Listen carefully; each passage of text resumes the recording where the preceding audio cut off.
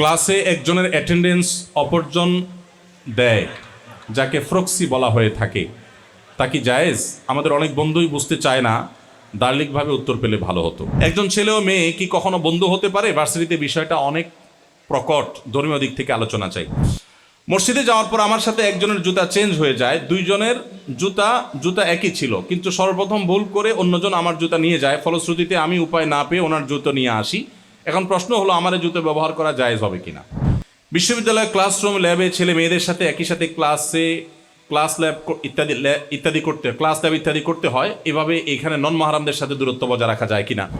অনেক সময় দোকানে খুচরো 2-1 টাকা বাকি থাকলে বলে আসি যে পরে দেব, যা কিনা মাঝে মধ্যে দোকানদারেরও মনে থাকে না বা আমারও মনে থাকে না। এই ধরনের বাকি টাকাগুলো কিভাবে শোধ করব? এরপরে প্রশ্ন হলো, বিশ্ববিদ্যালয় থেকে আমার নিজের এলাকার দূরত্ব 493 কিলোমিটার। ছুটিতে চুয়েট থেকে বাড়িতে যেতে 12 থেকে 14 ঘন্টা সময় লাগে। প্রতিমধ্যে যে নামাজগুলো কাজা হয় সেগুলোর কি হবে? আমি একসময় নিয়মিত সালাত আদায় করতাম এবং প্রত্যহ কোরআন তেলাওয়াত করতাম, কিন্তু ভার্সিটিতে এসে সেটা থেকে বিচ্ছিন্ন হয়ে গেছি। প্রায় সালাত ধারণ করতে পারি না। এ থেকে উত্তরণের উপায় কি এবং কিভাবে পড়াশোনা উন্নতি করতে পারি? যারা বাবা মার বিয়ের আগে জন্মগ্রহণ করে তাদের জন্য কি ইসলামে কিছু আলাদা নীতিমালা প্রযোজ্য, নাকি তারা অন্য সব সাধারণ মুসলমানদের মতো সকল নীতিমালা মেনে চলতে পারবেন? তার স্ত্রীর নামে 20 লক্ষ টাকার সঞ্চয়পত্র কিনেছেন, তার স্ত্রী কিছু করে না। ওই ব্যক্তির দাবি, যেহেতু স্ত্রী কিছু করে না তাই তার জাকাত দেওয়ার সামর্থ্য নেই। এমত অবস্থায় যদি স্বামীকে হলেও জাকাত দিতে হয়, স্বামীর আবার কিছু লোনও আছে, তাই ওই লোকের বক্তব্য হলো, আমার লোন আছে, আমার স্ত্রীর দেওয়ার সামর্থ্য নাই, আবার আমার স্ত্রীর চিকিৎসার পিছনে অনেক খরচ চালাতে হয়, তাই তাদের জাকাত আদায় করতে হবে কিনা? নফসের উপর নিয়ন্ত্রণের জন্য কি করা প্রয়োজন এবং বিয়ের ক্ষেত্রে কি কি বৈশিষ্ট্যকে প্রাধান্য দিতে হবে? বাসায় দিনী পরিবেশ না থাকলে বাবা মা এবং অন্যদেরকে কিভাবে বোঝানো যায়, তাদেরকে কিভাবে দিন মানার ব্যাপারে আগ্রহী করা যায়? প্রতিবার কোনো গুনাহ করার পর মনে হয় আল্লাহ ক্ষমাশীল, পরে ক্ষমা করে দিবেন, এই ভেবে আবারও গুনাহ করি, এ থেকে মুক্তির উপায় কি? আমরা জানি আল্লাহ তাআলা আমাদের সৃষ্টি করেছেন, তাকে কেউ সৃষ্টি করেনি। আমি আল্লাহ তাআলার একত্ববাদের সম্পূর্ণ বিশ্বাসী, কিন্তু মাঝে মধ্যে আমার মনে প্রশ্ন উদয় হয় যে আল্লাহ তাআলা আসলে কিভাবে এসেছেন, নাউজুবিল্লাহ। এখন যখন কিছুই ছিল না তখন আল্লাহ তাআলা কিভাবে ছিল? আমার মনে এই প্রশ্ন এলেও আমি গুনাহ হওয়ার ভয়ে এসব এড়িয়ে যাই, কিন্তু আজ আপনাকে প্রশ্ন করার সুযোগ হলো, বিধায় প্রশ্নটি করলাম। হলের ডাইনিং ম্যানেজার হিসাবে থাকাকালীন শিক্ষার্থীদের কাছ থেকে নেওয়া টাকার কিছু অংশ নিজের জন্য রাখা হালাল হবে কিনা? শরীয়ত অনুযায়ী আমরা কিভাবে আমাদের সন্তান পালন করবো, এবারে যদি কোনো বই থাকে তাহলে সাজেস্ট করুন। জুনিয়র সকলের মাঝে কিভাবে দাওয়া দিব ভার্সিটির ভিন্ন পরিবেশে? সিভিলের সরকারি চাকরিতে শুনেছি ঘুষ থেকে বেঁচে থাকা অসম্ভব প্রায়, যদি আমাকে বাধ্য হয়ে এসব জড়াতে হয় সেক্ষেত্রে করণীয় কি? একজন মুমিনের সম্পদ জমা রাখা উচিত কিনা? তার কি এটা উচিত হবে না ভবিষ্যতে আল্লাহর উপর ছেড়ে দেওয়া? অসুস্থতার জন্য বেশি কিছু ফরজ রোজা রাখতে পারি নাই, কি করতে পারি? সুদ জিনিসটা এত ভয়াবহ হওয়ার পেছনে ইসলামের প্রেক্ষাপটটা কি? জিনিসটা তো জোর করা হচ্ছে না, স্বেচ্ছায় দিচ্ছে মানুষ। আর বর্তমান ব্যবস্থায় ইনফ্লেশনের কারণে টাকার মান তো কমে যাচ্ছে। তাহলে আমি যদি কাউকে টাকা ধার দিই এবং সমপরিমাণ নেই, তাহলে ওই সময় তো অলরেডি টাকার মানটা কমে গেল, আমি ক্ষতিগ্রস্ত হলাম। এর সমাধান কি? জেনারেল ব্যাকগ্রাউন্ডে পড়ালেখা শেষ করে ইসলামের দায়ী হবার এবং ইলম অর্জন করার জন্য কি ধরনের পড়ালেখা করা যেতে পারে? কোনো প্রতিষ্ঠানে শিক্ষা নিতে হলে কোন পদ্ধতি ও কোথায় করা যেতে পারে? অমুসলিম দেশে উচ্চশিক্ষা এবং স্থায়ী হওয়ার ক্ষেত্রে ইসলামের বিধান কি? জুমার নামাজে 1 রাকাত 2 রাকাত ছুটে গেলে করণীয় কি? ওয়াক্তিয়া নামাজে মাসবুকের সালাতের ক্ষেত্রে ইমামের নামাজের পর নিজ বাকি রাকাত পূর্ণ করার সময় যদি ওয়াজিব তরক হয় তখন সুজদা দিতে হবে কিনা? 2-3 বছর ধরে আমার দিনকাল কেমন যাচ্ছে, কোনো আগ্রহ পাচ্ছি না। বিগত কয়েক মাস আগে আমার মাও মারা গেছেন, যেন আগ্রহ হারিয়ে ফেলেছি। কারণ আগে না হয় একটা ইচ্ছে ছিল পড়া শেষে চাকরি করে মাকে টাকা দেব, সেবা করব। আমি আল্লাহর কাছে আমার মৃত্যুর জন্য দোয়া করতে পারবো কিনা? আমার বাঁচার কোনো ইচ্ছা নাই, যদিও আমার কোনো কিছুর অভাব নাই, আলহামদুলিল্লাহ। ক্লাসে একজনের অ্যাটেন্ডেন্স অপরজন দেয়, যাকে প্রক্সি বলা হয়ে থাকে, তা কি জায়েজ? আমাদের অনেক বন্ধুই বুঝতে চায় না, দার্লিকভাবে উত্তর পেলে ভালো হতো। আমি প্রথমে প্রশ্ন দেখে চিন্তা করেছি, প্রক্সি দেওয়া তো খারাপ কিছু না। কেউ কারোর জায়গায় তার কাজটা করে দিল, আপাত দৃষ্টিতে এটা ভালো কাজ, একটা মানুষ উপকার করলো। কিন্তু পরে ভালো করে পড়ে দেখলাম যে এখানে প্রক্সি বলতে যেটা বোঝানো হচ্ছে সেটা সরাসর একটা, আমরা এতক্ষণ যে দুর্নীতিমুক্ত সমাজ গড়বার জন্য সততার যে সংকল্প করবার নিয়ত করার কথা বলেছি, এটা হলো হুবহু তার বিরোধী একটি কাজ। মনে রাখবেন, এ জাতীয় প্রক্সি যদি আপনি দেন, যেখানে একজনের পরীক্ষা আরেকজনে দিয়ে দিলেন, একজনের অ্যাটেন্ডেন্স আরেকজনে দিয়ে দিলেন, তো সেক্ষেত্রে আপনি প্রথমত মিথ্যা বললেন, দ্বিতীয়ত আপনি প্রতারণা করলেন। দুটি অপরাধ এখানে হলো। এক হলো যে উপস্থিত হয়েছে সেখানে আপনি উল্লেখ করেছেন তিনি আসলে উপস্থিত হন নাই, তাহলে আপনি একজন মিথ্যাবাদী হলেন। দ্বিতীয়ত, আপনি নিজে উপস্থিত হয়ে সেটাকে আরেকজনের উপস্থিতি হিসাবে দেখিয়েছেন, সেটা হলো প্রতারণা। দুইটি অপরাধ, দুইটি কাবিরা গুনাহ এখানে একসঙ্গে একযোগে হয়েছে। কিছু কিছু গুনাহ, কিছু কিছু অপরাধ আছে, কিছু কিছু পাপাচার আছে, এগুলোকে আমরা পাপ মনে করি না, এগুলো খুব ভয়াবহ। মানুষ যেটাকে অপরাধ মনে করে করে সেটা থেকে একসময় ফিরে আসার তাগাদা সে অনুভব করে যে আমি ভুল পথে আছি। কিন্তু যখন কোনো কাজকে সে ভুল মনে করে না, কোনো কাজকে যখন সে অপরাধ এই বোধটাই তার মধ্যে না থাকে, তখন সেটা সে অনবরত করতে থাকে। এবং সবচেয়ে ভয়ঙ্কর বিষয় হলো অপরাধ থেকে মানুষ তওবা করে, আল্লাহর কাছে মাপ চায়, আল্লাহ ক্ষমাশীল, মাফ করে দিতে পারেন। কিন্তু যে কাজটাকে আপনি ভুলের মনে করছেন না, অন্যায় মনে করছেন না, সেটা থেকে তো আপনি মাপও চাইবেন না কখনো, কারণ আপনি তো জানেনই না এটা অপরাধ। যার কারণে সেটা কিন্তু ক্ষমা না নিয়ে দুনিয়া থেকে তারপর আমাকে চলে যেতে হয়। এটা সেরকম একটি বিষয়। মনে রাখবেন, নবী সাল্লাল্লাহু আলাইহি ওয়াসাল্লাম বলেছেন, মান গাশশা ফালাইসা মিন্না, যে প্রতারণা করে সে আমার উম্মত না। যে প্রতারণা করে, যে কাউকে ধোঁকা দেয়, সে আমার উম্মত নয়। মুসলমান তো বটেই, অন্য ধর্মের মানুষের সাথে আপনাকে প্রতারণা করার কোনো অধিকার ইসলাম দেয় নেই। আর অন্য ধর্মের মানুষ হতে পরের কথা, প্রাণীর সাথে, অবলা প্রাণীর সাথে পর্যন্ত প্রতারণা করার অনুমতি ইসলাম দেয়নি। স্বীকার করার প্রয়োজনে স্বীকার করা যেতে পারে, ভিন্ন বিষয়, কিন্তু অহেতুক তাদের সাথে প্রতারণা করতে ইসলাম নিষেধ করে। এই জন্য আপনি এই ধরনের প্রতারণা করতে পারেন না। দেখুন, আমাদের জীবনে খুব দুঃখজনক একটা বিষয় হলো যে আমাদের সমাজে অনেক মা বাবা সন্তানের জন্ম তারিখটা ভুলভাল লেখেন ইচ্ছাকৃত। সন্তানের জন্ম তারিখটাকে লেখেন যাতে করে সে বেশি দিন চাকরি করার সুবিধা পায়, সেজন্য তার জন্মের তারিখ পিছায়া লেখেন। এই যে জীবনের শুরুটাই হয় মিথ্যা দিয়ে। এরপর আমরা যখন শিক্ষা প্রতিষ্ঠানে যাই, আমাদের মা বাবারা চায়, আমরা যেন দুধে ভাতে থাকি, এটা তারা চায়, কিন্তু আমরা যেন সৎ মানুষ হয়ে থাকি, সেই চাওয়াটা খুব কম মানুষের, খুব কম মা বাবা।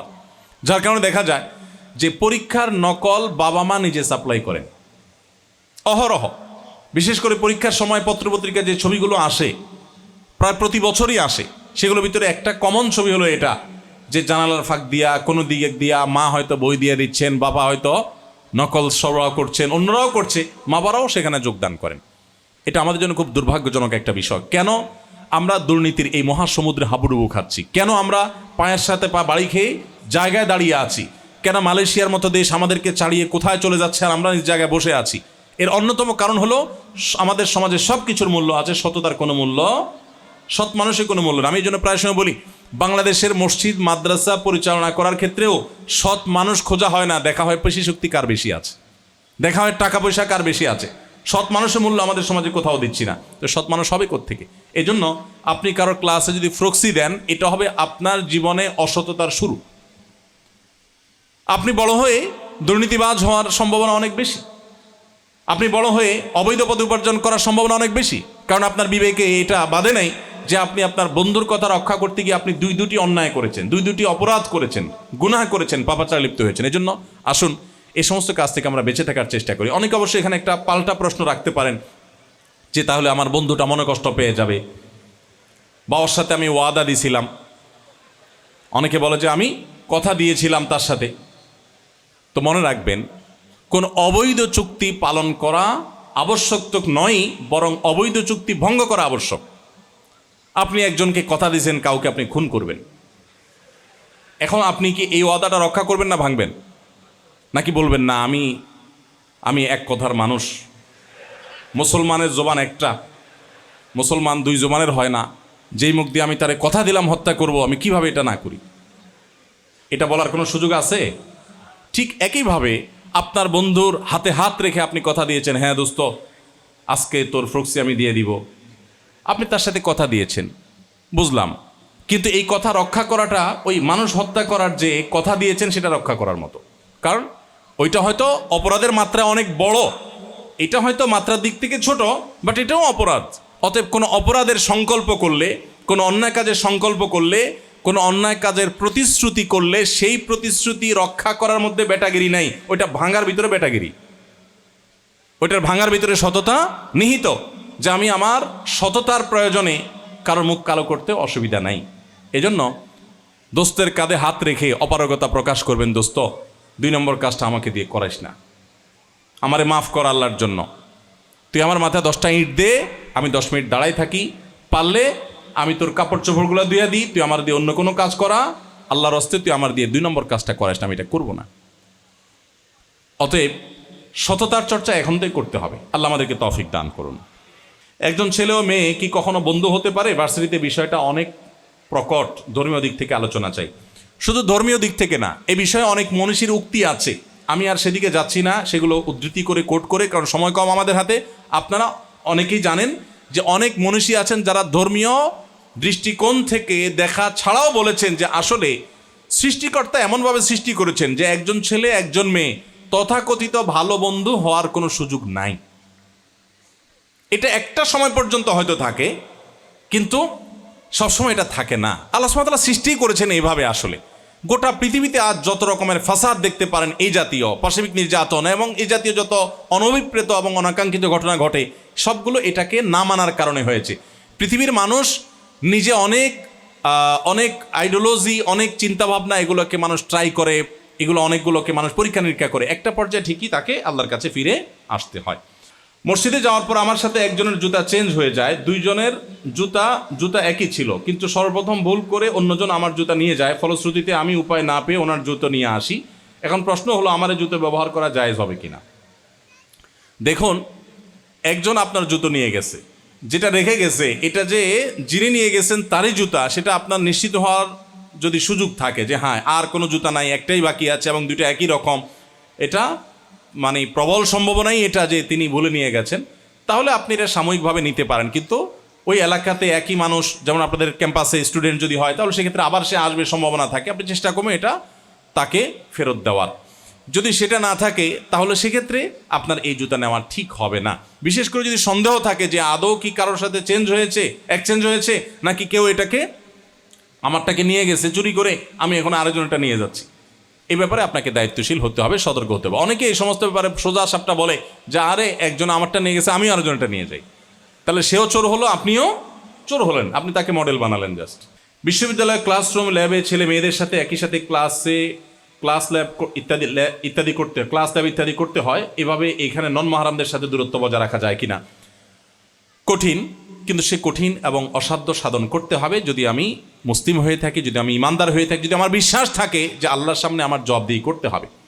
আল্লাহ সুবহানাহু ওয়া তাআলা বলেছেন, ইয়ালামু খায়িনাতাল আয়ুন, আমাদের চোখ, এটা দিয়ে আমরা যে অন্যায় করি, যে গুনাহ করি, যে পাপাচার করি, সেটা আল্লাহ তাআলা জানেন। দেখুন, ইসলাম নির্দেশ করেছে ছেলেদেরকে আগে কুল্লিল মুমিনিনা ইয়াগুদ্দু মিন আবসারিহিম, ছেলেরা যেন তাদের চোখকে সংযত রাখে। পাশাপাশি মেয়েদেরকে নির্দেশ করেছে তাদের সৌন্দর্য যেন প্রদর্শন না করে। ইসলামের পর্দার সিস্টেম, পর্দার এই বিধানটা কেন দেওয়া হয়েছে?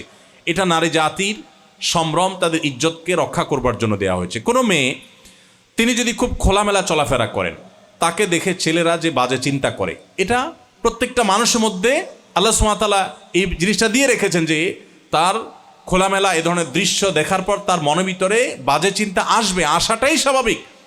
যদি আসে, তার মনে যে সমস্ত জল্পনা কল্পনা করা হয়, ওই ভদ্র মহিলাকে যদি সেগুলো উচ্চারণ করে বা সেগুলো তাকে যদি বলা হয়, সে তো পায়ের জুতা খুলে তাকে পিটাবে, কোনোদিনই সহ্য করবে না। তো ইসলাম সেটাই বলে, ইসলামের চাইতে বাস্তববাদী আর কিছু নেই। ইসলাম বলে যে জিনিসটা মানুষ তোমাকে নিয়ে বাজে চিন্তা করছে, জল্পনা কল্পনা করছে, মনে মনে তোমাকে ধর্ষণের চিন্তা করছে, তুমি সেরকম কোনো পরিস্থিতির মুখে নিজেকে ফেলো না, মানুষের সামনে সেরকম নিজেকে উপস্থাপন করো না যে তোমাকে নিয়ে কেউ বাজে চিন্তা করতে পারে। মিডল ইস্টে, আমি সৌদি আরবে দেখেছি, এমন বহু লোক আছে সৌদিয়ানদের মধ্যে নামাজ ঠিক মতো পড়ে না, কিন্তু নিজের পরিবারের মেয়েরা পর্দার সাথে চলে। কারণ ওই যে সে তো জানে যে পর্দাহীনতা বা অশ্লীলতা বা বেহায়াপনা বা খোলামেলা পোশাক, এটা যদি কেউ অবলম্বন করে কোনো নারী, তখন তাকে নিয়ে মানুষ বাজে চিন্তা করে। এই জন্য পর্দার এই বিধানটা মানার জন্য মেয়েদেরও দায়িত্বশীল থাকতে হয়, ছেলেদেরও দায়িত্বশীল থাকতে হয়। আপনি আপনার দৃষ্টিকে সংযত রাখবেন, সংগ্রাম করবেন। এতে আপনাকে অনেকে হয়তো আনস্মার্ট বলবে, অনেকে অনেক কথা বলবে, বাট আপনার ইমান রক্ষার জন্য আপনার এটা করতে হবে। এটা যদি আপনি করতে পারেন, ইনশাআল্লাহ আপনার চরিত্র হেফাজত করলেন এবং আল্লাহর কাছে আপনি উত্তম বিনিময় লাভ করবেন। এভাবে সংগ্রাম করে চলবেন। তারপরও কখনো আপনার নিজের অজান্তে কোনো গুনাহ হয়ে যাবে, সাথে সাথে আপনি তওবা করবেন এবং ফিরে আসবেন, চোখকে নামিয়ে ফেলবেন, ইনশাআল্লাহ আপনার গুনাহ হবে না, আল্লাহ তাআলা মাফ করবেন। অনেক সময় দোকানে খুচরো 2-1 টাকা বাকি থাকলে বলে আসি যে পরে দেব, যা কিনা মাঝে মধ্যে দোকানদারেরও মনে থাকে না বা আমারও মনে থাকে না। এই ধরনের বাকি টাকাগুলো কিভাবে শোধ করবো? বাকি টাকা আপনাকে অবশ্যই পরিশোধ করতে হবে। আপনি বাকি দেব বলে যদি ফাঁকি দেন তাহলে অবশ্যই আল্লাহ তাআলার কাছে জবাবদিহি করতে হবে। কোনো অবস্থাতেই আপনি এভাবে বলে আসতে পারেন না এবং সেটাকে পরবর্তীতে ছাড় দিতে পারেন না। দেখুন, নবী করিম সাল্লাল্লাহু আলাইহি সাল্লাম বলেছেন, কিয়ামতের ময়দানে আমরা যদি একটা পয়সাও কারোর মেরে থাকি, সে পাওনাদার কিন্তু হাজির হয়ে যাবে। ওই দোকানের 1 টাকা খুচরা, 2 টাকা খুচরা, ওইটার জন্য সে হাজির হয়ে যাবে। সো আপনার এটা ভুললে চলবে না। আমি বেশ কয়েক বছর আগে একবার জাপান গিয়েছিলাম। এক প্রবাসী বাংলাদেশি আমাকে বললেন, ওনার একটা গ্রোসারি শপ আছে, বললেন ভাই আমার গ্রোসারি শপ থেকে একজন জাপানি কিছু কেনাকাটা করে চলে গেছেন, সামান্য হিসাবে আমার একটু ভুল ছিল, একটা জিনিস হিসাব করি নাই এরকম কিছু একটা, তো আমাকে কিছু টাকা আমি যেভাবে ডিমান্ড করেছি কম দিয়ে সে চলে গেছে। এত দূর চলে গেছে যে সেখান থেকে তার ফিরে আসাটা কঠিন, বহু কিলোমিটার দূরে চলে গেছে। শুধুমাত্র ভাউচারের দিকে তাকিয়ে সে যখন দেখছে যে না তার আমার হিসাবে ভুল ছিল, সে অনেক পথ পাড়ি দিয়ে গাড়ি ড্রাইভ করে এসে আমার টাকাটা আমাকে দিয়ে তারপরে গেছে, একজন অমুসলিম। তো আপনি তো মুসলমান, আপনি তো বিশ্বাস করেন আল্লাহর সামনে আপনাকে দাঁড়াতে হবে। দুঃখজনক যে আমরা শুধু নামে মুসলমান, গায়ে গতরে মুসলমান, আমাদের আচার আচরণে, আমাদের কাজে কর্মে, লেনদেনে আমরা মুসলমানের পরিচয় দিতে পারি না। সেটা না দিলে আপনি কখনো খাঁটি মুসলমান হওয়ার সুযোগ নেই।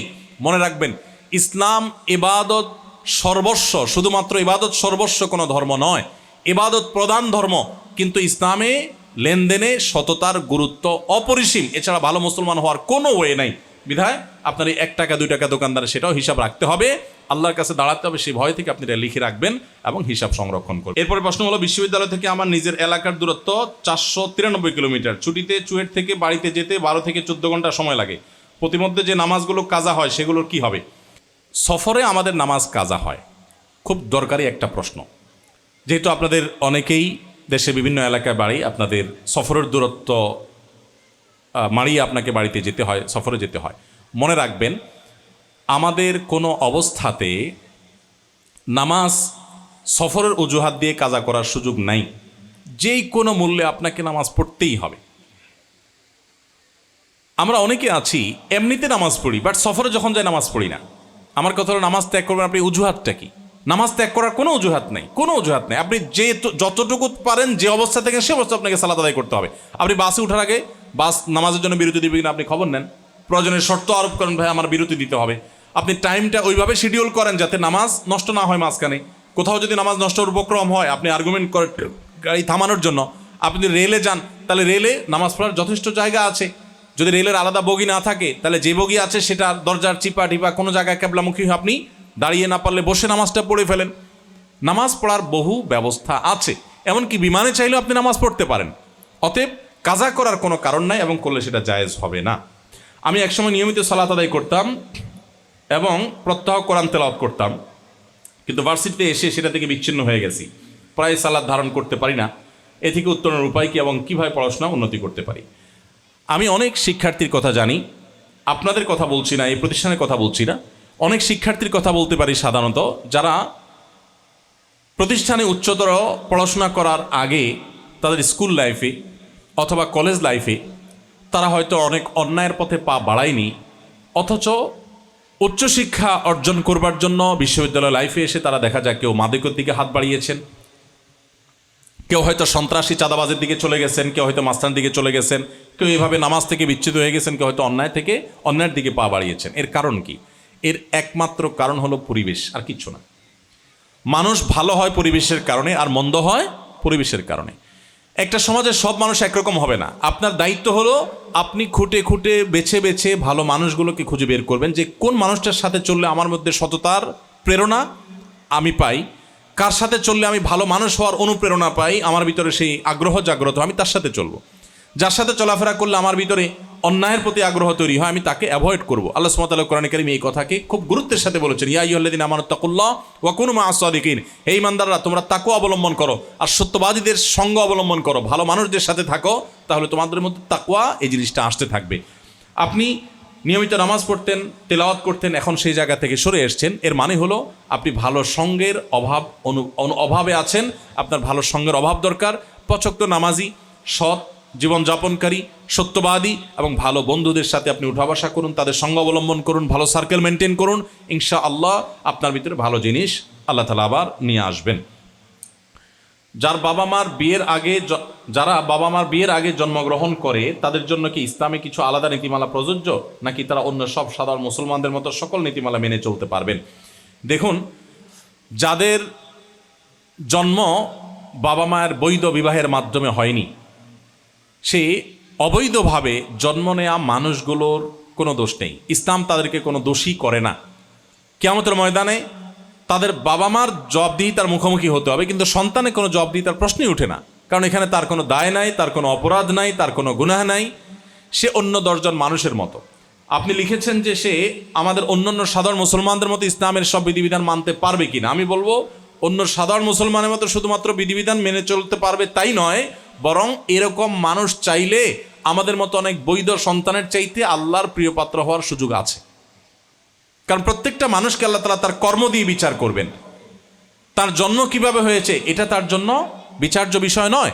তার বিচার্য বিষয় হলো তিনি কি কর্ম সম্পাদন করলেন। আপনি জন্ম হয়েছেন অনেক বড় মানুষের ঘরে, কিচ্ছু আসে যায় না।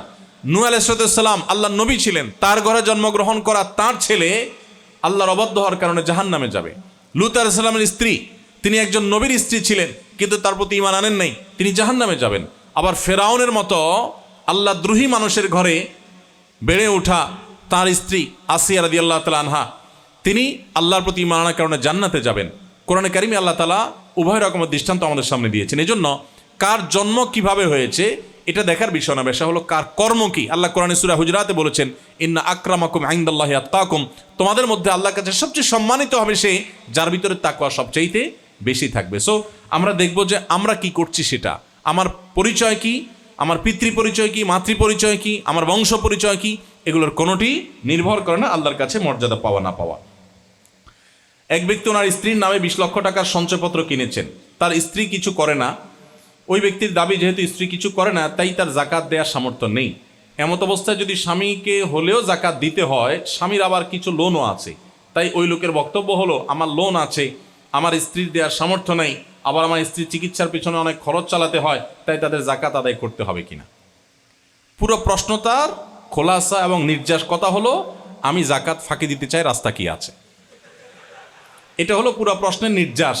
আমি শ্রদ্ধা রেখেই বলছি, কারণ আপনি অনেকগুলো পথ আমাকে বাতলে দিয়েছেন। স্ত্রী দিতে গেলে এই সমস্যা, আপনি দিতে গেলে ওই সমস্যা, কিন্তু টাকা 20 লাখ আছে, টাকা 20 লাখ আছে, স্ত্রী দিতে যাবে, আমি সেই ফতোয়া দিতে যাব, আপনি সেখানে আমাকে সমস্যা দেখা দিয়েছেন, সে অপশনে অসুবিধা, আবার আপনি দিবেন সে অপশনেও সমস্যা।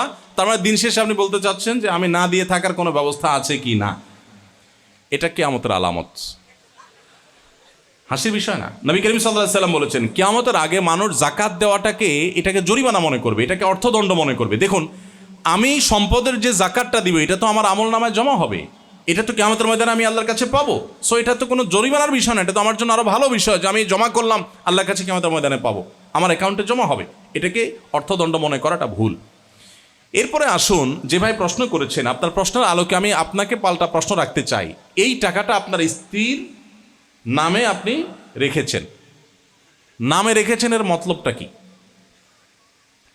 এটাকে যত সহজভাবে আমরা ভাবছি তা তো সহজ না বিষয়টা। স্ত্রীর নামে রাখার মানে আমি যেটা বুঝি সেটা হলো টাকা আমার তোমার নামে রাখলাম। তো এরকম যদি হয় তাহলে আপনার টাকা জাকাত আপনাকেই দিতে হবে। আর যদি স্ত্রীকে আপনি দিয়ে থাকেন, পুরা মালিক বানিয়ে দেন, তাহলে তার জাকাত তার হবে। আমাদের দেশে একটা বড় সমস্যা কি জানেন?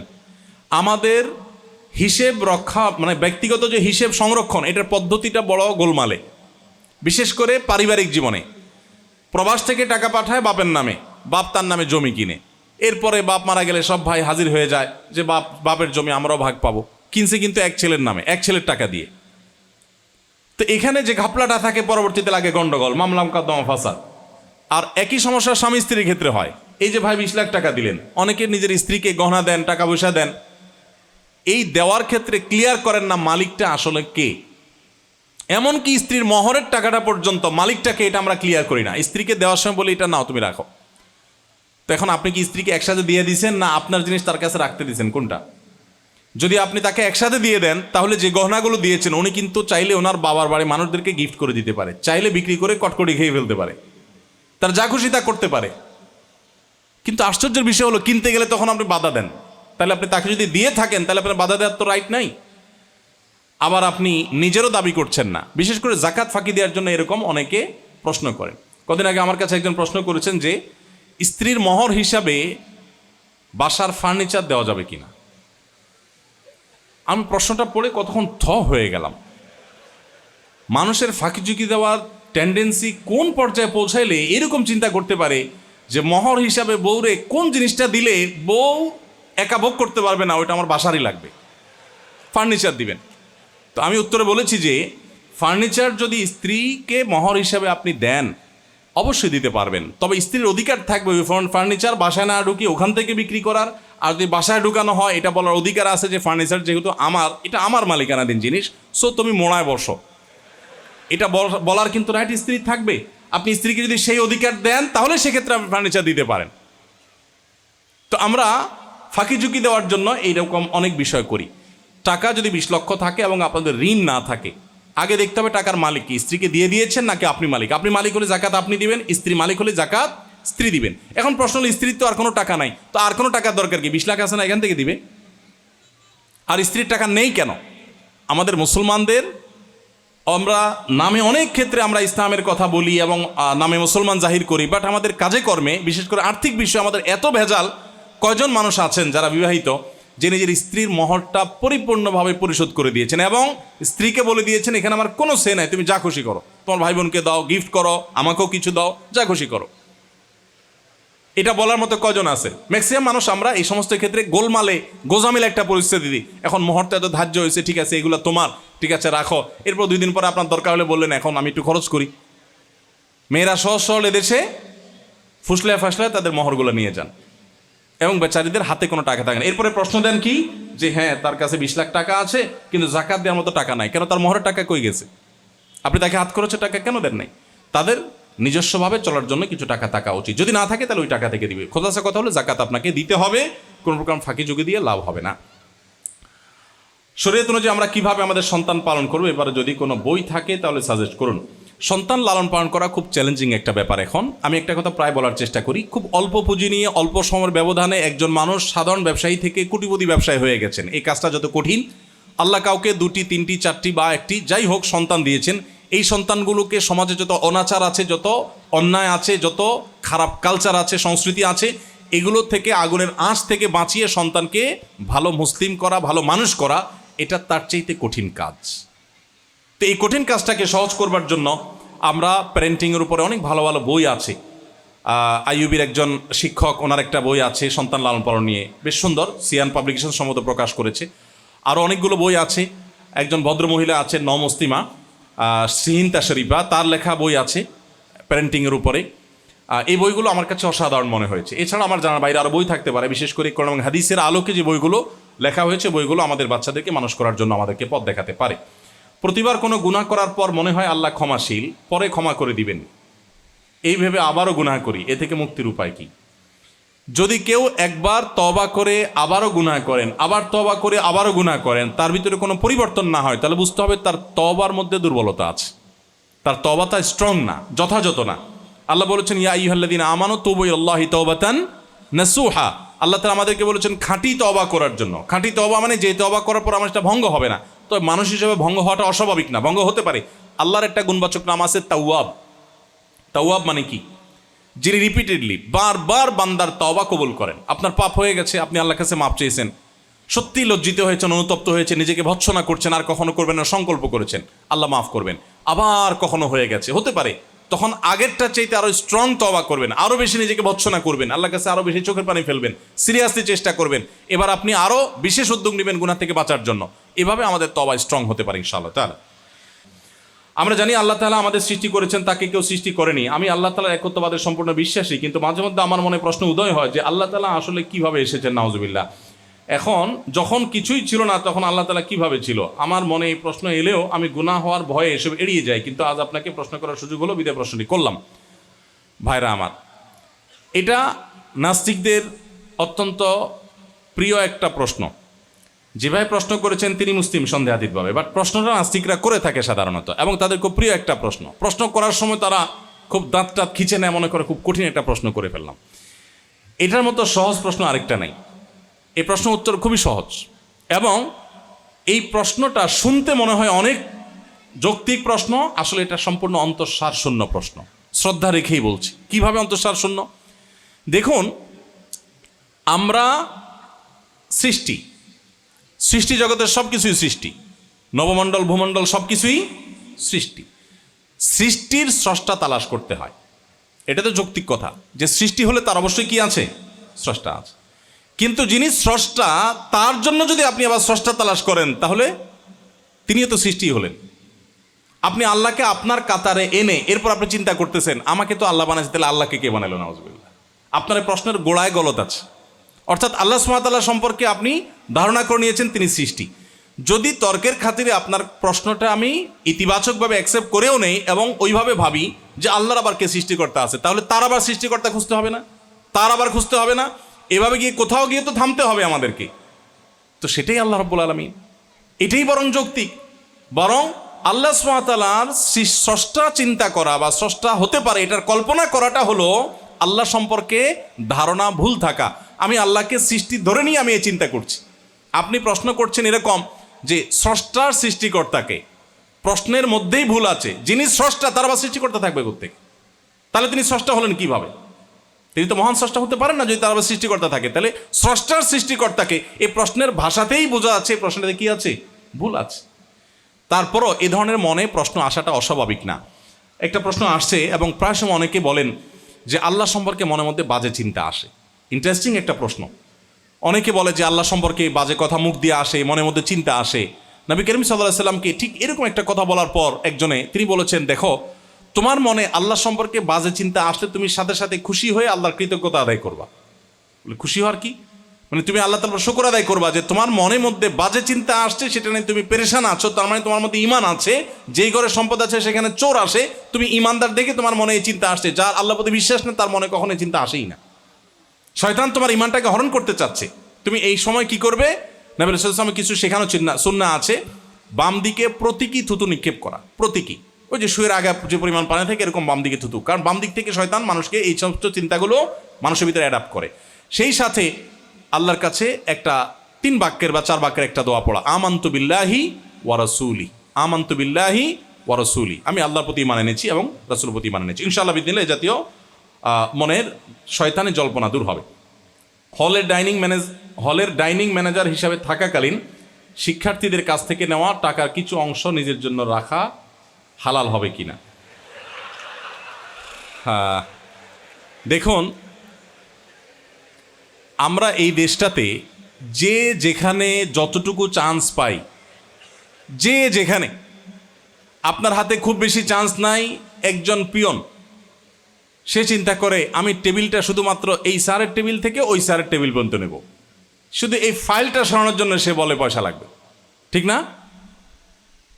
প্রত্যেকটা মানুষ আমরা যে যেখানে আছি সেখান থেকে চান্স নেই কিছু একটা আদায় করবার। আমার ভগ্নিপতি অমুক, তাকে দিয়ে তমুকেরটা তমুক আদায় করে দিব, আমার চাচাতো ভাই অমুক, আমার বাপ অমুক, আমার খালু অমুক। গোটা দেশের প্রত্যেকটা বিষয় আমরা এভাবে দুর্নীতি দিয়ে ভরে ফেলেছি। আপনি হলের ডাইনিং ম্যানেজার থাকেন আর যেটাই থাকুন না কেন, শিক্ষার্থীদের টাকা যদি উত্তোলন করা হয়ে থাকে সেটা আপনার কাছে আমানত। আপনার যদি কোনো পারিশ্রমিক নেওয়ার রাইট থাকে, সেটার জন্য অফিসিয়াল ডিসিশন হবে, সেই ডিসিশনের আকারে আপনি নেবেন, সেই ডিসিশনের আলোকে আপনি নেবেন। এর বাইরে যদি আপনি তলে তলে কিছু গ্রহণ করেন তাহলে সেটা নিজে নিজে গ্রহণ করেন। দেখেন, শয়তান মুসলমানদের হারাম খাওয়ানোর জন্য কিছু মাসালা ডেলিভারি করে, এরকম শয়তান বলে যে দেখো তুমি তো এখানে পরিশ্রম করছো, তোমার তো কষ্ট আছে, আসলে ডিউটির বাইরেও তো তুমি কত কষ্ট করছো, তুমি একটু নিতেই পারো। এরকম বিভিন্ন মাসালা দেখবেন মনে মনে উদ্রেক হয়, তখন বুঝবেন যে ইবলিস হাজির হয়ে গেছে আমার এখন মাসালা ডেলিভারি দেওয়ার জন্য। ইবলিস জানে কাকে কিভাবে ধোকা দিবে। যে হারাম খাবে, যার ভিতরে আল্লাহর ভয় নাই, আখিরাতের ভয় নাই, তারে ডাইরেক্ট খাওয়াবে। আর যে আল্লাহর ভয় আছে তারে বলবে না এটা তোমার জন্য হালাল, তারে মাসালা দিয়া হালাল বানায়া তারপর ইবলিস খাওয়াবে। মানুষের আমানত কখনো খেয়ানত করবেন না, মনে রাখবেন এটার জন্য দুনিয়াতেই প্রায়শ্চিত্ত করতে হবে, আখিরাতে বটেই। বিধায় আপনার জন্য জায়েজ হবে না শিক্ষার্থীদের এই টাকা 1 পয়সাও তসরুফ করার, এদিক সেদিক করা। জুনিয়র সকলের মাঝে কিভাবে দাওয়া দিব ভার্সিটির এই ভিন্ন পরিবেশে? সিভিলের সরকারি চাকরিতে শুনেছি ঘুষ থেকে বেঁচে থাকা অসম্ভব প্রায়, যদি আমাকে বাধ্য হয়ে এসব জড়াতে হয় সেক্ষেত্রে করণীয় কি? এই বিষয়ে আমাদের আলোচনা শেষ হয়ে গেছে আলহামদুলিল্লাহ। আমরা বক্তব্যে বলেছি যে আমাদের সৎ জীবন যাপন করবার জন্য সংকল্প করতে হবে। আমি আমার জীবনে এমন কিছু সৎ মানুষ দেখার সৌভাগ্য আমার অর্জন হয়েছে, যারা যারা লোহার মতো শক্ত অবস্থানে থেকেছেন তাদের নৈতিকতার ব্যাপারে, আদর্শের ব্যাপারে, উপার্জনের হালাল হারামের বিষয়, এবং এটার জন্য বহু বাধা তাদের জীবনে এসেছে, কিন্তু তারা পিঠ সোজা করে দাঁড়িয়েছিল। আমাদের সংকল্প করতে হবে, আপনি জান্নাত আল্লাহর কাছে আশা করবেন, আবার এদিকে দুনিয়াতে হারামের সাথে কম্প্রোমাইজ করবেন, বলবেন কি আর করা, সবাই করে, ঠিক আছে আমিও করলাম, আবার এদিকে বলবেন আল্লাহ তোমার কাছে জান্নাত চাই। আপনি অনন্ত অসীমকালের সুখের ঠিকানা জান্নাত চাইবেন আর কোনো স্যাক্রিফাইস করবেন না, তা কি করে হয়? এই জন্য আপনাকে স্যাক্রিফাইস করতে হবে। আর বিশেষ করে এই ধরনের পরিবেশে যারা দাওয়াতি কাজ করতে চান, তাদের সবচেয়ে বড় করণীয় হলো তাদের কর্মের দাওয়াত দেওয়া। আমি এটা সবসময় বলি, স্টুডেন্ট হিসাবে আপনি আপনার কর্মের মাধ্যমে দাওয়াত দিবেন। সেটা কিভাবে? আপনি ভালো স্টুডেন্ট হবেন, আপনি সবচেয়ে ভালো শিক্ষার্থী হবেন, আপনার পরীক্ষার ফলাফল সবচেয়ে ভালো করার চেষ্টা করবেন, আপনি সবচেয়েতে প্রতিষ্ঠানের সমস্ত নিয়ম কানুনগুলোকে সবচেয়ে বেশি সিরিয়াসনেস সাথে মানার চেষ্টা করবেন, যাতে করে এটা একটা উদাহরণ তৈরি হয়। যেই ছেলেটা নামাজি, যে ছেলেটা ভালো, যে ছেলেটা ইসলামের অন্যান্য বিধিবিধানগুলো মেনে চলে, সেই ছেলেটা সবচেয়ে ভালো ছাত্র হয়, সে সিরিয়াস হয়, সে পড়াশোনা করে। আমরা অনেকে আসি ইসলাম চর্চা করলে আমরা ঢিলাঢালা হয়ে যাই। আপনারা কি জানেন, নবী সাল্লাল্লাহু আলাইহি ওয়াসাল্লাম বলেছেন, ইন্নাল্লাহা ইউহিব্বু ইযা আমিলা আহাদুকুম আমালান আন ইউতকিনাহু। তোমাদের কেউ যখন কোনো কাজ করবে, কোনো কাজ বলতে পড়াশোনা, চাকরি বাকরি, ব্যবসা বাণিজ্য, পড়ালেখা, ঘুম, খাওয়া, যে কোনো কাজ করবে, সেই জন্য ইতকানের সাথে করে, সে যেন সুন্দরভাবে করে, সে যেন দৃঢ়তার সাথে করে, কোনো ধরি মাছ নাছুই পানি টাইপ যেন না করে, কোনো রকম যেন না করে। আল্লাহ তাআলা এটা পছন্দ করেন। দেখুন, গোটা পৃথিবীতে আমাদের মুসলমানদের আজ দুর্গতি, আমরা যে পিছিয়ে আছি, এর অন্যতম একটা কারণ হলো নবী সাল্লাল্লাহু আলাইহি ওয়াসাল্লাম এই হাদিসকে অস্বীকার করার কারণে, বা এটাকে আমরা না মানার কারণে। আমরা যখন দেখি যে জাপানিরা কোনো জিনিস তৈরি করলে সেটা কোয়ালিটি তারা মেনটেন করে, জার্মানিরা কোনো জিনিস তৈরি করলে সেটা কোয়ালিটি তারা মেনটেন করে, তারা যেটা করেছে ওটা করেছে, এটাতে তারা কোনো প্রকার ত্রুটি রাখে না, কোনো প্রকার খাত রাখে না, তারা সেটাকে নিখুঁত রাখার চেষ্টা করে এবং ত্রুটিহীন রাখার চেষ্টা করে। ঠিক এই কথাটা নবী সাল্লাল্লাহু আলাইহি ওয়াসাল্লাম বলেছেন, যেই কোনো কাজ করবে ইমানদার, সে ইতকানের সাথে করবে, এটা আল্লাহ পছন্দ করেন। অতএব আপনি ছাত্র হিসেবে পড়াশোনা করবেন সিরিয়াসনেসের সাথে, আপনি ক্যাম্পাসে থাকবেন, সবচেয়ে বেশি ক্যাম্পাসের নিয়মকানুন মেনে চলবেন, স্যারদের সমস্ত নির্দেশনাগুলো আপনি সবার আগে মেনে চলার চেষ্টা করবেন। এর পাশাপাশি যখন আপনি নামাজি হবেন, তখন নামাজি ছেলেরা মডেল হবে, আদর্শ হবে। ভালো করে শোনেন, আপনার আমার প্রাণের নবী সাল্লাল্লাহু আলাইহি ওয়াসাল্লাম নবী হয়েছেন পরে, আগে তিনি আল আমিন হয়েছেন। আগে মক্কার মানুষদের কাছে তিনি কি হয়েছেন? আল আমিন, মানে কি? বিশ্বস্ত। তিনি যখন মক্কা ছেড়ে হিজরত করে মদিনায় চলে যান, তখনও তার কাছে মক্কার মুশরিকদের বহু সম্পদ জমা রাখা ছিল।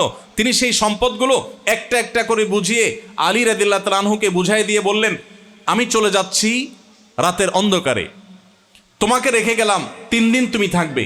এই টাকা, এই সম্পদ, এই স্বর্ণ গহনা, এগুলো অমুকের, যাদের অত্যাচারে তিনি নিজের মাতৃভূমি ছেড়ে চলে যেতে হয়েছে, তাদের রেখে যাওয়া সম্পদ বুঝিয়ে দিয়ে তারপর তিনি সেখান থেকে চলে যাচ্ছেন। কোন লেভেলের বিশ্বস্ততার সার্টিফিকেট অর্জন করেছেন, যে যারা তাকে শত্রু হত্যা করতে চায়, তারা তাদের জিনিসপত্র তার কাছে জমা রেখে সবচেয়ে নিরাপত্তা অনুভব করে। আজ আমাদের মুসলমানদের অবস্থা হয়েছে, অন্য ধর্মের মানুষরা আমাদের কাছে কিছু জমা রাখবে, সেটা তো অনেক পরের কথা, আমার নিজের ধর্মের মানুষই তো আমাকে বিশ্বাস করে না। তো আপনি যদি ভালো দাওয়া দিতে চান, আপনার অঙ্গনে আপনি যদি ইসলামকে প্রেজেন্ট করতে চান ভালো করে, সব কিছুর আগে আপনার কর্মের মাধ্যমে আপনি আপনার সততার পরিচয় দিবেন, সিরিয়াসনেসের সাথে পরিচয় দিবেন। নবী সাল্লাল্লাহু আলাইহি ওয়াসাল্লাম আগে বিশ্বস্ত হয়েছেন, এরপর মক্কা মানুষদের কাছে দাওয়াত এনেছেন, যাতে করে তারা এই কথা বলতে না পারে যে এ লোক মন গড়া কোনো কথা বলেছে। অতএব আমাদের আচরণের দাওয়াত হবে সবচেয়ে বড় দাওয়াত। আমরা ওয়াজ করতে খুব বেশি পছন্দ করি, কথা বলতে পছন্দ করি, নিজে ভালো কাজের মাধ্যমে উদাহরণ তৈরি করতে খুব বেশি চাই না। আমাদেরকে উদাহরণ তৈরি করতে হবে। আমি একজন মাদ্রাসা পড়ুয়া মানুষ হয়েও আমি চেষ্টা করেছি আসুন্নাহ ফাউন্ডেশনের মাধ্যমে দেশের গরিব মানুষের অভাব অনটন দূর করবার আমি চেষ্টা করেছি, করে চলেছি। বেকার যুবকদের কর্মসংস্থানের আমি চেষ্টা করছি, বিভিন্ন শ্রেণীর যুবক যুবতী ছেলে মেয়েদের স্কিল ডেভেলপ করার, এবং এই জন্য বিভিন্ন রকম উদ্যোগ আমরা গ্রহণ করছি। আমাদের এই কাজগুলো যদি উদাহরণ হওয়ার মতো পর্যায়ে চলে যায়, সেটা হবে ইসলামের অনেক বড় দাওয়া ইনশাআল্লাহ। অতএব আপনারা আপনাদের অঙ্গনে সেভাবে দাওয়াতি কাজ করবেন, সেই সাথে করোনা দেশের দিকে মানুষকে আহ্বান করবেন বিনয়ের সাথে, সেটা তো আছেই। একজন মুমিনের সম্পদ জমা রাখা উচিত কিনা, তার কি এটা উচিত হবে না ভবিষ্যতে আল্লাহর উপর ছেড়ে দেওয়া? মানুষের বেঁচে থাকার জন্য সঞ্চয় করার ব্যাপারে ইসলাম নিষেধাজ্ঞা দেয় নাই।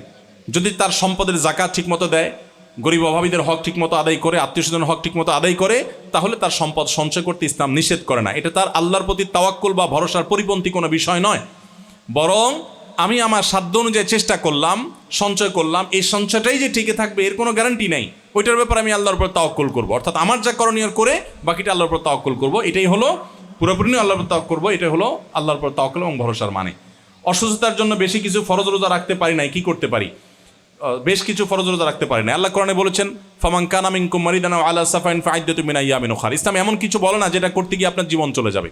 আল্লাহ কোরআনে কারিমে বলেছেন লা ইউকাল্লিফুল্লাহু নাফসান ইল্লা উসআহা, মানুষের সাধ্যের বাইরে কোনো কিছু আল্লাহ চাপিয়ে দেন না। যেটা আপনার দ্বারা অসম্ভব ইসলাম সেটা আপনাকে করতে নির্দেশ করে না। কেউ যদি রোজা রাখতে গিয়ে অসুস্থ হয়ে যান বা রোজা রাখলে তিনি তার স্বাভাবিক কার্যক্রমগুলো করতে না পেরে তিনি এত অসুস্থ হয়ে যাবেন যে মৃত্যুর মুখে চলে যেতে পারেন, ইসলাম বলে সে রোজা রাখবে না।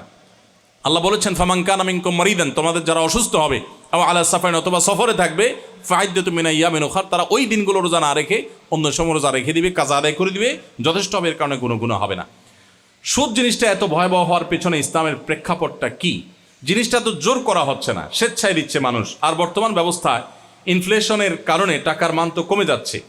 তাহলে আমি যদি কাউকে টাকা ধার দিই এবং সমপরিমাণ নেই, তাহলে ওই সময় তো অলরেডি টাকার মানটা কমে গেল, আমি ক্ষতিগ্রস্ত হলাম। এর সমাধান কি? দেখুন, এই বিষয়ে বিস্তারিত কথা বলবার সুযোগ নেই, আমাদের সময় হাতে আর সময় একেবারেই নেই। তারপর আমরা সংক্ষেপে শুধু এটুকু বলছি, প্রশ্নটি খুবই গুরুত্বপূর্ণ।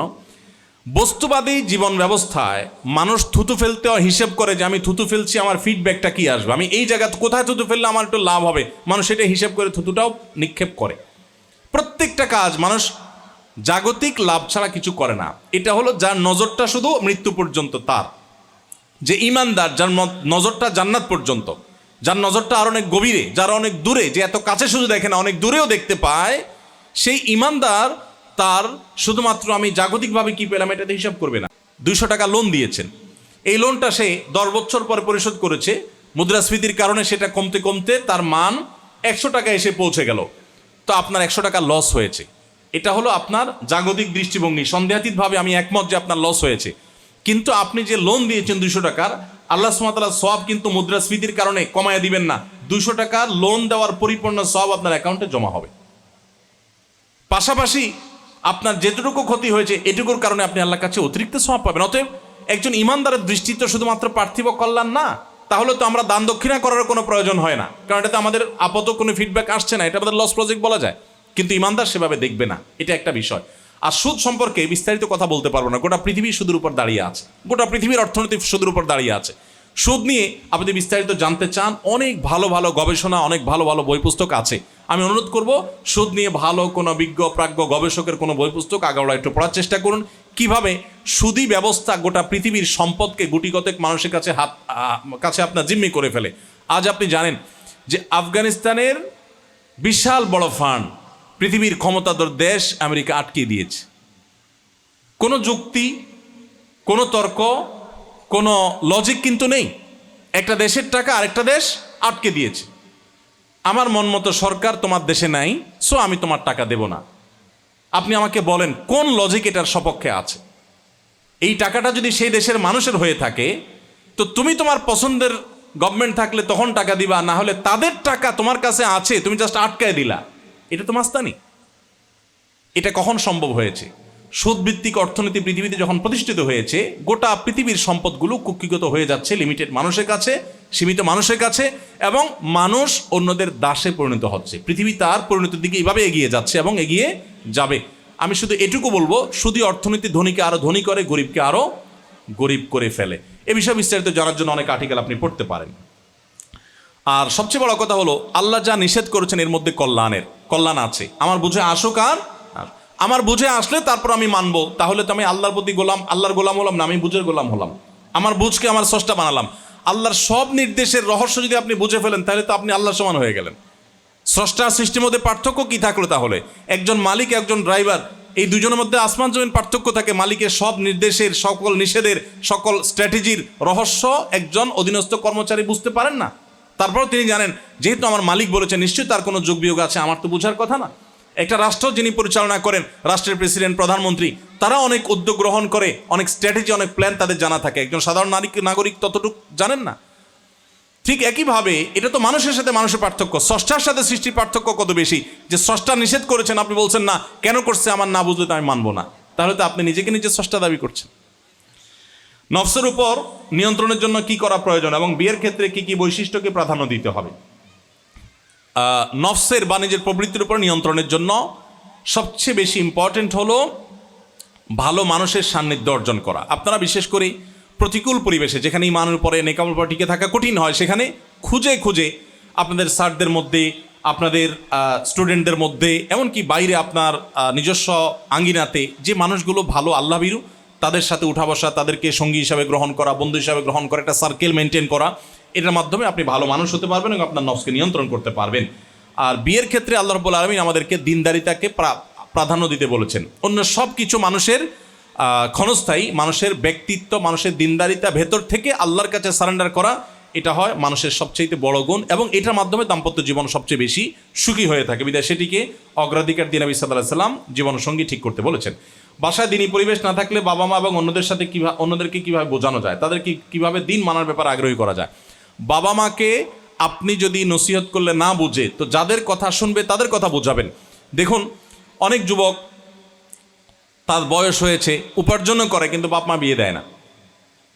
তো বুদ্ধি করে বিয়ের গুরুত্ব সম্পর্কিত যে ওয়াজ আছে, আলোচনা আছে, সেগুলো একটু ভালো করে ভলিউম দিয়ে ছেড়ে দেয়।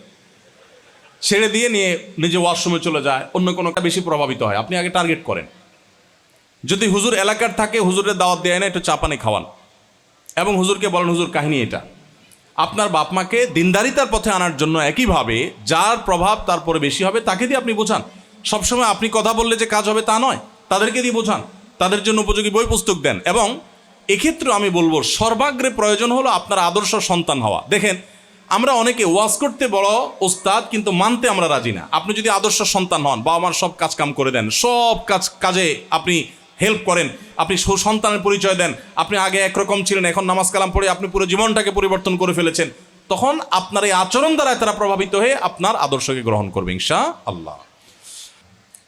জেনারেল ব্যাকগ্রাউন্ডে পড়ালেখা শেষ করে ইসলামের দায়ী হবার এবং ইলম অর্জন করার জন্য কী ধরনের পড়ালেখা করা যেতে পারে? কোনো প্রতিষ্ঠানে শিক্ষা নিতে হলে কোন পদ্ধতি ও কোথায় করা যেতে পারে? যারা জেনারেল শিক্ষিত হওয়ার পাশাপাশি ইসলাম সম্পর্কে আরও পড়াশোনা করে আপনি ইসলামের প্রচারক হতে চান, অবশ্যই সে সুযোগ আছে। বিশেষ করে আজকাল সে সুযোগটা অনেক বেশি। এক নম্বর হলো ওলামা একরামের সান্নিধ্যের কোনো বিকল্প নাই। আমরা আজকাল অনেকে নিজে নিজে ইসলামের দু চার কলম জানার পর নিজেদেরকে সর্বা মনে করি, কোনো আলেমদের সান্নিধ্যে যাওয়ার প্রয়োজন মনে করি না। এই মানুষগুলো একটা সময় হয় বিভ্রান্ত হয়ে যায়, আর না হলে দেখা যায় ইসলাম থেকেই শেষ হয়ে যায়। এটা দুঃখজনক বাস্তবতা। এই জন্য ওলামা একরামের সান্নিধ্যটা খুব ইম্পর্টেন্ট একটা পয়েন্ট। ইসলামটা সান্নিধ্যের মধ্যে আসছে। সোশ্যাল মিডিয়ার কল্যাণে আমরা সান্নিধ্য ছাড়া দিন শিখতে পারি, কিন্তু দিনের পুরো ফ্লেভার পেতে হলে আপনাকে অবশ্যই আলেমদের সান্নিধ্যে থাকতে হবে, সেটা আপনারা চেষ্টা করবেন। সেই সাথে আপনি দায়ী হওয়ার জন্য অনলাইনে বিভিন্ন কোর্স আছে, একদম বেসিক ইসলাম থেকে শুরু করে আপনি ইসলামিক স্টাডিজ, আপনি অ্যারাবিক ল্যাঙ্গুয়েজ, কোরআনিক অ্যারাবিক একটা করে কোর্স কমপ্লিট করেন, এবং অবশ্যই কোনো ভালো বিদগ্ধ আলেমের তত্ত্বাবধানে করার চেষ্টা করবেন। সব নিজে নিজে করে ফেলবেন, কোথাও না কোথাও আপনি গুলিয়ে ফেলার সমূহ আশঙ্কা আছে। একজন প্রকৌশলীর তত্ত্বাবধান ছাড়া, যেমন আমার বাড়িটা আমি নির্মাণ করব না আমি যতই বুঝি, ঠিক একইভাবে একজন প্রাজ্ঞ আলেমের তত্ত্বাবধান ছাড়া আপনি যতই বুঝেন, নিজে নিজে সব কিছু দিনের বোঝার চেষ্টা করবেন না। এক্ষেত্রে বিভ্রান্তির আশঙ্কা অনেক বেশি থাকে। অমুসলিম দেশে উচ্চশিক্ষা এবং স্থায়ী হওয়ার ক্ষেত্রে ইসলামের বিধান কি? ইসলাম অমুসলিম দেশে উচ্চশিক্ষার জন্য যেতে নিষেধ করে না। যদি আপনার ইমানকে রক্ষা করার মতো পুঁজি থাকে, সেখানে গিয়ে কী ধরনের চ্যালেঞ্জের মুখোমুখি হবেন সেগুলো মাথায় রেখে আপনি নিজেকে সমৃদ্ধ করে যান, বরং উল্টা দাওয়াতে মিশন নিয়ে যান, আপনি অবশ্যই যেতে পারেন। কিন্তু স্থায়ী হওয়ার ব্যাপারে ইসলামের নির্দেশনা হলো, যেখানে থাকলে আপনার ইমান আমল নষ্ট হওয়ার আশঙ্কা আছে সেখানে আপনার জন্য থাকা জায়েজ নাই।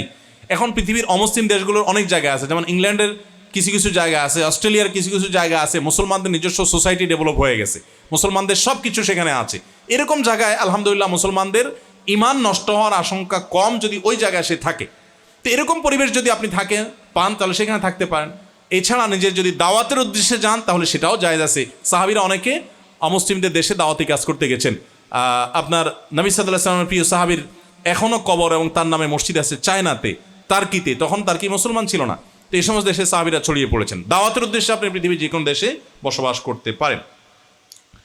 জুমার নামাজে 1 রাকাত 2 রাকাত ছুটে গেলে করণীয় কি? 1 রাকাত 2 রাকাত ছুটে গেলে বাকি 1 রাকাত পড়বেন, কোনো অসুবিধা নেই। এমন না যে 1 রাকাত ছুটছে দেখে আমি নামাজই পড়বো না বা জোহর পড়ে ফেলবো। 1 রাকাত ছুটছে আপনি যোগ দিবেন, ইমাম সালাম ফিরাবে আপনি সালাম ফিরাবেন না, দাঁড়িয়ে একা একা নামাজ পড়লে যেরকম সূরা কেরাত পড়ে ওইভাবে নামাজ পড়ে আপনি সালাম দিয়ে শেষ করবেন, বাস আপনার নামাজ শেষ। ওয়াক্তিয়া নামাজে মাসবুকের সালাতের ক্ষেত্রে ইমামের নামাজের পর নিজ বাকি রাকাত পূর্ণ করার সময় যদি ওয়াজিব তরক হয় তখন সুজদা দিতে হবে কিনা? হ্যাঁ, অবশ্যই দিতে হবে। ইমামের সাথে আপনি নামাজ পড়েছেন, তখন ভুলভাল হলে ইমাম সাহেব দেখবে, আপনার নিজস্ব ভুলে করে না কোনো সিজদাও দিতে হবে না। কিন্তু ইমাম সালাম ফিরে ফেলছে, এখন বাকি নামাজ আপনি একা একা পড়ছেন। এখন যদি ভুল হয় অবশ্যই আপনি সেই ভুলের জন্য সিজদা সাহু প্রযোজ্য হলে দিতে হবে। 2-3 বছর ধরে আমার দিনকাল কেমন যাচ্ছে, কোনো আগ্রহ পাচ্ছি না। বিগত কয়েক মাস আগে আমার মাও মারা গেছেন, যেন আগ্রহ হারিয়ে ফেলেছি। কারণ আগে না হয় একটা ইচ্ছে ছিল পড়া শেষে চাকরি করে মাকে টাকা দিব, সেবা করব।